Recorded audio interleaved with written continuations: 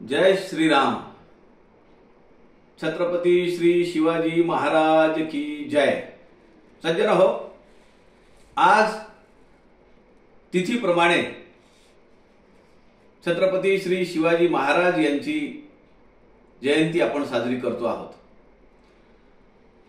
रामदास स्वामी आणि श्री शिवाजी महाराज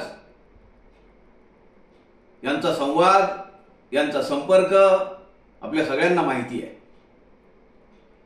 10 नोव्हेंबर 1659 ला अफजल खानाचा वध झाल्यानंतर रामदास स्वामींनी शिवाजी महाराजांचं जे वर्णन केलंय, जे कौतुक केलंय, त्याला इतिहासात तोड नाही।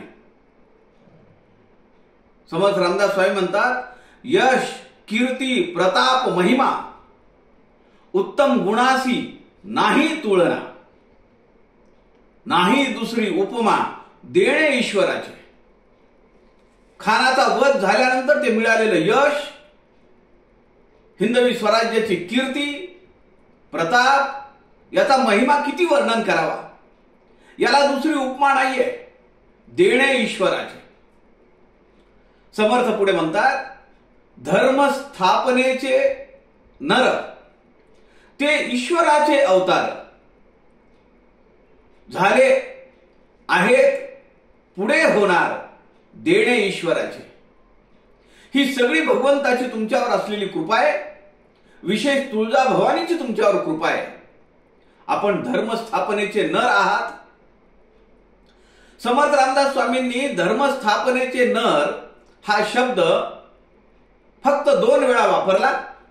एकदा जगद्गुरु तुकाराम महाराजांवर लिहिलेला अभंग, त्यामध्ये हा शब्द आलेला आहे, आणि दुसऱ्यांदा छत्रपती श्री शिवाजी महाराजांचं गुणसंकीर्तन करताना रामदास स्वामींनी हा शब्द वापरला।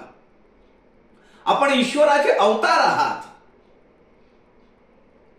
भगवान श्रीकृष्णांनी जे सांगितलं त्याप्रमाणे धर्माचं रक्षण करण्यासाठी, सज्जनांचं रक्षण करण्यासाठी आणि दुष्टांचा नाश करण्यासाठी आपला अवतार झालेला आहे। आपण शिवाचे अवतार आहात, असं वर्णन समर्थ रामदास स्वामींनी दासबोध या ग्रंथात केलेलं आहे। समर्थांच्या वाङ्मयामध्ये अनेक ओव्या, अनेक श्लोक शिवाजी महाराजांसाठी आलेले आहेत, पण आजच्या दिवशी केवळ या 2 ओव्या आपल्याला छत्रपती श्री शिवाजी महाराजांचं अथांग, अद्भुत, अलौकिक कार्य आपल्याला समजावून देण्यासाठी सिद्ध आहेत। जय जय रघुवीर समर्थ।